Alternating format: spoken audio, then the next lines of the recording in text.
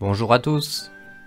Allez, aujourd'hui on va pouvoir découvrir un nouvel univers que vous avez déjà sûrement survolé sur ma chaîne, puisque les derniers temps où j'ai pu vous présenter comment on faisait une ouverture dans un mur en pierre, ça commence à dater et je m'y prenais peut-être pas au top du top pour vous donner toutes les astuces, tous les détails et les subtilités. Aujourd'hui je vous propose de découvrir la première partie concernant la démolition et l'étayage. Si malgré tout vous souhaitez découvrir l'ancienne série de vidéos consacrée à ces ouvertures des murs en pierre, eh bien je vous mets le lien en descriptif. Tous les liens concernant le matos y seront. Bonne vidéo!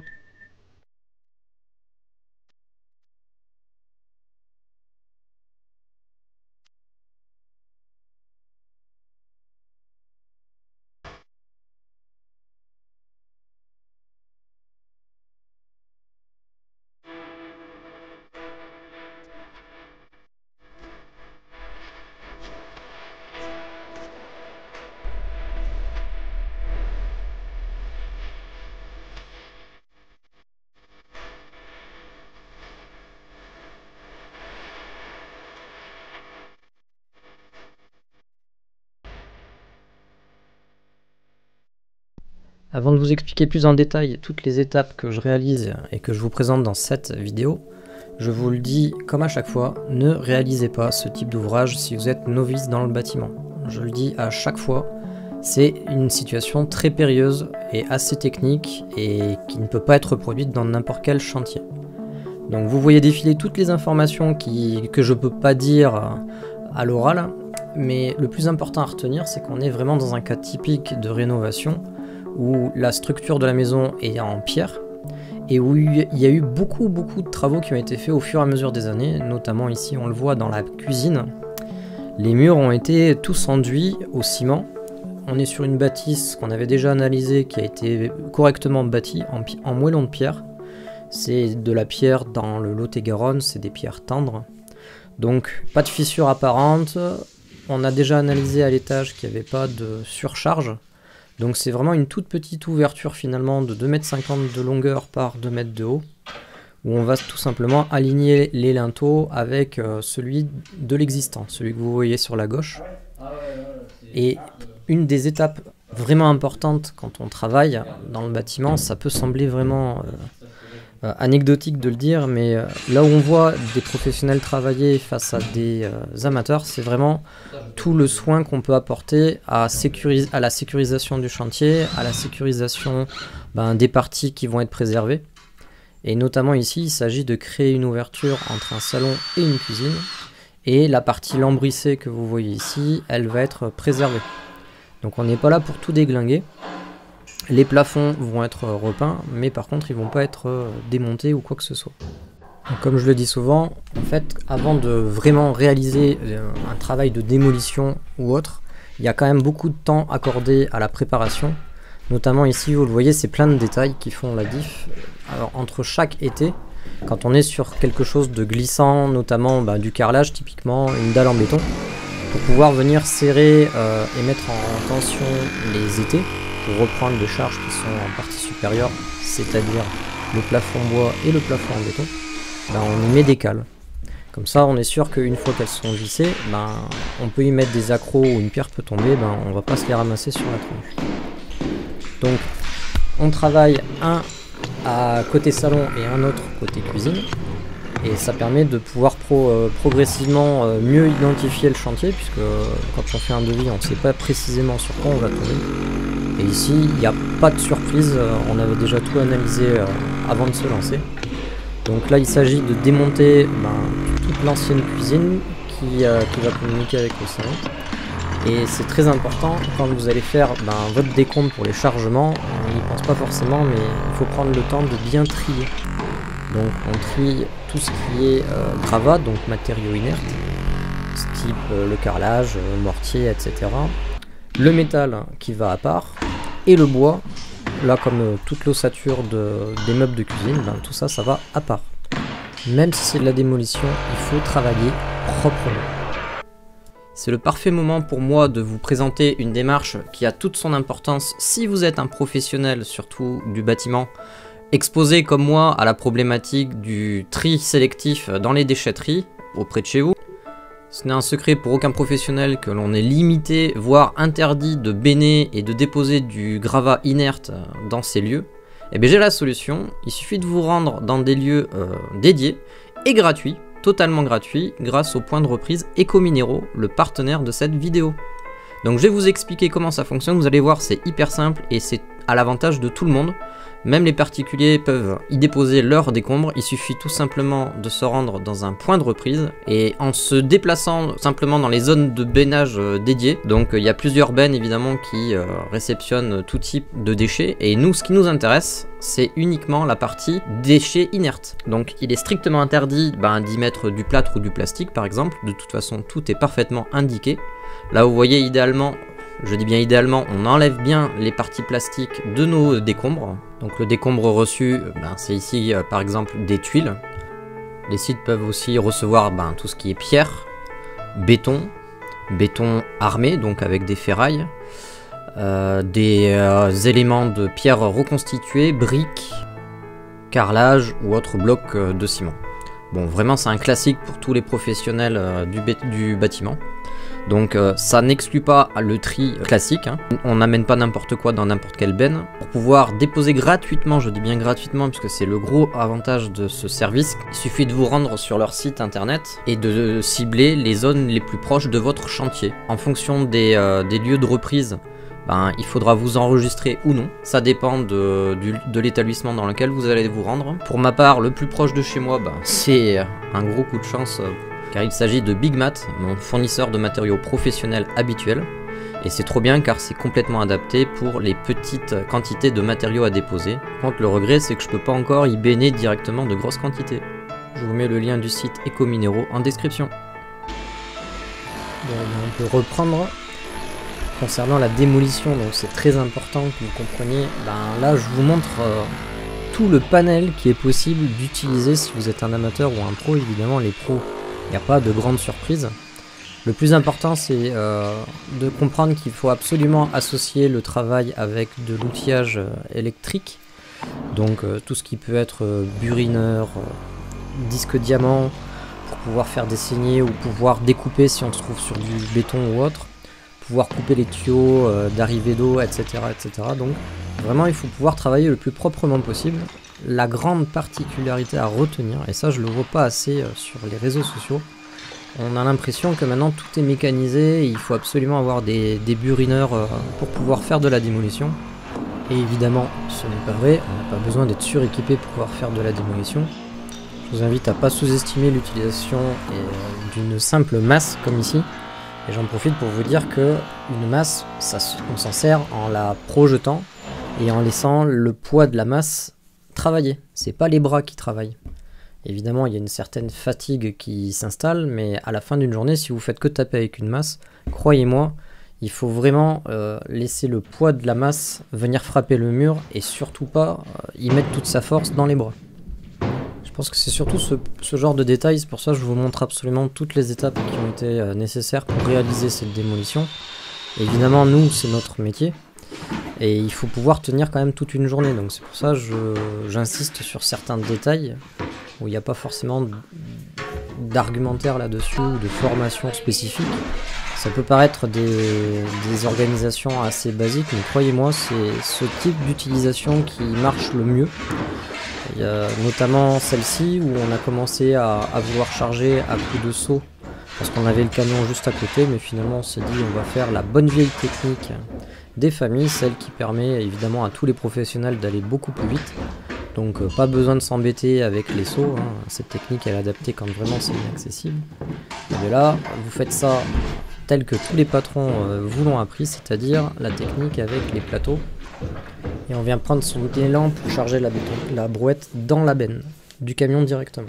C'est une technique qui est terriblement efficace, par contre ça se voit pas forcément à l'écran. Il faut quand même avoir des plateaux qui font à peu près 4 ou 5 mètres, étant donné que les bennes des camions sont au moins à 1m20, 1m50 du niveau du sol. Voilà. Et il faut faire bien attention que les plateaux soient bien attachés pour éviter de glisser à tout moment. Donc cette technique est vraiment super efficace. Faites super attention si c'est humide ou autre. On a vu de tout, hein. Il y a des accidents J'ai plein d'anecdotes sur ce type de situation, mais voilà. Gardez en tête que les deux techniques sont super efficaces. Évidemment, il y en a une qui est plus rapide. Et en tant que professionnel, on cherche à aller vers la technique la plus rapide. Donc c'est très important de comprendre qu'on y va progressivement, puisqu'en fait, on est déjà averti qu'il y avait des réseaux électriques qui passaient dans les murs. Les propriétaires nous avaient prévenus. Donc évidemment là on le voit, hein, en montant et en démolissant le mur en partie haute, on a toutes les gaines électriques qui passent. Donc très important. Ici on est dans le salon, donc c'est tout un complexe de planchers bois qui nous permettent de travailler en sachant que toute la charge au-dessus du mur est reportée et reprise. Et tout le processus que vous nous voyez mettre en place, c'est tout simplement un processus qu'on sait qui est efficace, car la bâtisse est vraiment parfaitement bien reprise grâce aux enduits qui sont en partie basse et en partie haute du mur. Donc tous les arcs de décharge sont complètement presque nullifiés. Pour dire les choses, on pourrait presque faire l'ensemble du travail sans avoir besoin d'étayer, tellement on sait que le mur est propre, sécurisé. Mais évidemment, ça se passe pas comme ça, on prend pas le moindre risque qu'il y ait des fissures ou autre. Et la technique utilisée, c'est ce qu'on appelle un étayage déporté, c'est-à-dire qu'on va ouvrir l'ensemble de l'ouverture. On va pas s'amuser à faire une moitié de mur puis une autre, un demi-linteau puis un deuxième demi-linteau. Donc le linteau, pour ceux qui savent pas, c'est toute la partie porteuse d'une ouverture, qu'elle soit en bois ou en béton. Ici, elle sera en béton, mais donc c'est une grosse poutre en béton qu'on va couler sur l'épaisseur du mur. Et pour faire ce type de travail, on ouvre toute la surface de travail. Et pour le faire, on vient progressivement démolir, une fois l'axe déterminé, on vient progressivement élargir l'ouverture depuis l'axe, pour pouvoir ensuite présenter nos prochaines rangées d'été avec un bastin qui a dû être mis à plat parce que sinon on n'avait pas la réservation de notre future poutre en béton qui va faire 30 cm.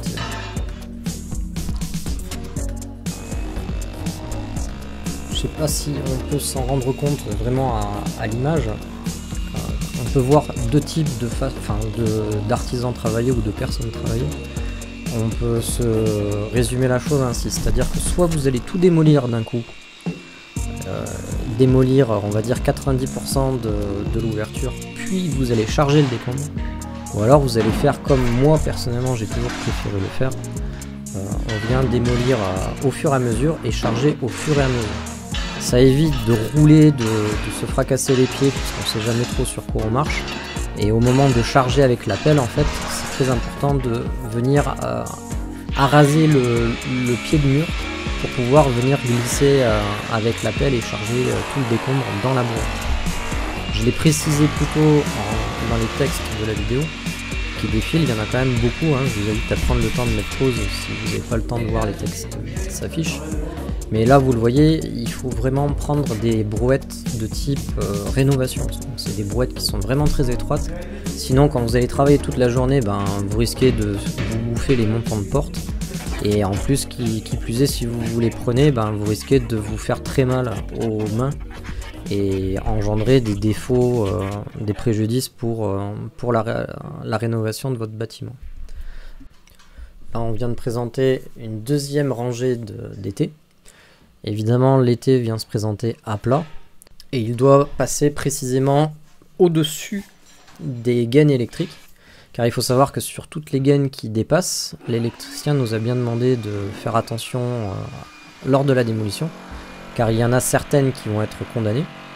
Et ici c'est très intéressant car on voit quand même sur la partie cuisine que le plancher ourdi, il y a toute une partie qui est facilement visible du béton qui vient bloquer une énorme partie, une bonne moitié du mur de l'ouverture. Toutes ces parties-là que vous voyez, c'est du béton. Et vous voyez, il n'y a pas besoin de faire de gros étayages, puisque les pierres se bloquent naturellement entre elles, du coup. Et on vient régulièrement insérer des coins entre le bastin et le mur, pour être sûr qu'il y ait le moins de vibrations possible. Donc là, j'en profite, je vous montre que depuis l'étage à l'aplomb de l'ouverture, en amont plutôt, Là, le point de repère, c'est la hotte d'aspiration pour la cuisine. Et on voit clairement que le conduit est posé sur le plancher en béton. Évidemment, on ne le voit pas, mais on avait quand même sondé et on s'était bien informé avant de se lancer là-dedans.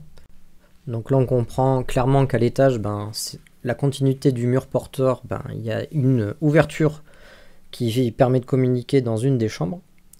L'ouverture, voilà, là, celle-ci, qui est juste à gauche du conduit de la hotte. Donc on comprend que finalement, il y a déjà une charge qui a été soulagée. Il n'y a pas tant de poids que ça sur la partie supérieure. Donc au final, il y a tout qui s'y prêtait pour pouvoir réaliser l'ouverture. Et il faut savoir qu'on évite de venir faire des ouvertures à ras d'un mur porteur. On laisse toujours des systèmes de sabots pour pas venir ébranler la structure du bâtiment. Mais ça, je vous ferai une vidéo plus tard pour mieux comprendre. Là, tout ce que je vous présente, c'est comment on fait pour se repérer et pour mieux comprendre une situation de rénovation. Ça se fait pas par hasard. Là, ce que je vous présente, c'est tout simplement, il y a eu plusieurs séries de traits, donc un premier et un deuxième. Ces traits, c'était tout simplement un trait provisoire, puisque le client n'était pas certain que ce soit possible de présenter une large ouverture. Donc on avait déjà présenté un premier trait pour voir à minima où est-ce qu'on pouvait aller et esthétiquement où est-ce qu'on pouvait s'arrêter par sécurité. Au final, on a fait en sorte de pouvoir bien centrer l'ouverture pour éviter qu'elle soit trop près des murs extérieurs et pour qu'on ait une impression assez centrée de l'ouverture entre le salon et la cuisine. Sinon, ça aurait fait quelque chose d'assez excentré et malheureusement, c'est pas toujours possible de pouvoir faire comme on le souhaite. J'en profite pour vous montrer mon fameux burineur Hilti qui m'avait été offert à cette époque-là, puisque c'est une vidéo qui date. Les initiés savent que c'est une vieille vidéo. C'est une vidéo qui a été faite en 2022. J'ai jamais fait le montage faute de temps. Et donc là, vous voyez l'efficacité de ce type de burineur. Donc les burineurs Hilti, donc un en filaire et un en sur batterie. Et celui sur batterie, il est génial pour ce type de situation. Il est très très léger et il a une autonomie de 3/4 d'heure. Sincèrement, c'est une tuerie, j'en suis super content, je l'ai encore. Je pourrais en faire une vidéo explicative, mais voilà. Tout ça pour dire, n'hésitez pas, l'outillage vous facilitera grandement la pénibilité d'un travail, surtout pour les pros. Et là on voit clairement le type de brouette que je vous expliquais, donc ça c'est les brouettes spéciales rénovation. Donc là on le voit, je me sers toujours de... J'aime beaucoup cette technique, c'est souvent, moi je préfère commencer par piquer du bas vers le haut. Tout ça pourquoi? Au fur et à mesure que je pique les pierres par gravité tout simplement, au fur et à mesure qu'on fait de la vibration, la pierre elle va tout simplement tomber d'elle-même et elle va tomber au droit sans rouler dans tous les sens. Évidemment, on laisse toujours un petit peu de décombre par terre pour éviter qu'elle ne roule justement et pour éviter qu'elle ne vienne tout ébranler le sol et tout fracasser. Donc les grosses pierres, ne pas oublier l'importance d'avoir une baramine comme ici pour pouvoir faire tomber à distance en toute sécurité les grosses pierres, ce que moi j'appelle donc les pierres, les boutisses, c'est des pierres qui sont très très lourdes. Donc là, on arrive à la fin de la démolition, fin du burinage, fin de la poussière. C'est très important, après avoir brossé rapidement les murs, on vient vraiment bien fixer la poussière et faire tomber la poussière des murs. Pourquoi? Parce qu'en fait, lors du coulage des tableaux, que vous verrez dans la prochaine vidéo, lors du coulage des tableaux, il faut que tous les murs soient le plus propre possible. Pour que le béton de reprise soit parfaitement solidaire avec la structure existante. Là, je viens en profiter pour sortir le petit laser Aqua, laser d'intérieur. Ils sont très pratiques puisqu'ils font l'horizontale et la verticale. Et ça me permet de faire quoi tout simplement? Ça permet de bien faire correspondre mes tracés qui étaient au sol avec mes planches de coffrage qui viendront réaliser mes tableaux intérieurs d'ouverture.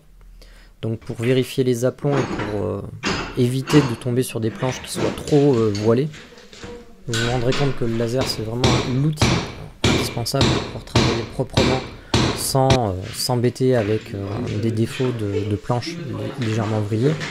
Donc là ici j'utilise des planches très larges et épaisses, elles font 30 par 6. Je les jumelle avec des chevillettes pour pouvoir me permettre de garder l'aplomb et de venir présenter mes futurs coffrages, qui vont respecter donc mes tracés de 2,50 m de largeur d'ouverture. Du coup on arrive déjà à la fin de la vidéo, donc on en restera là-dessus. Prochaine vidéo, partie 2 que vous retrouverez bientôt. Je vous expliquerai alors toutes les étapes qu'on a réalisées pour faire les coffrages, coulage du tableau et coulage des linteaux. Comme ça vous verrez le décoffrage. Adi chats!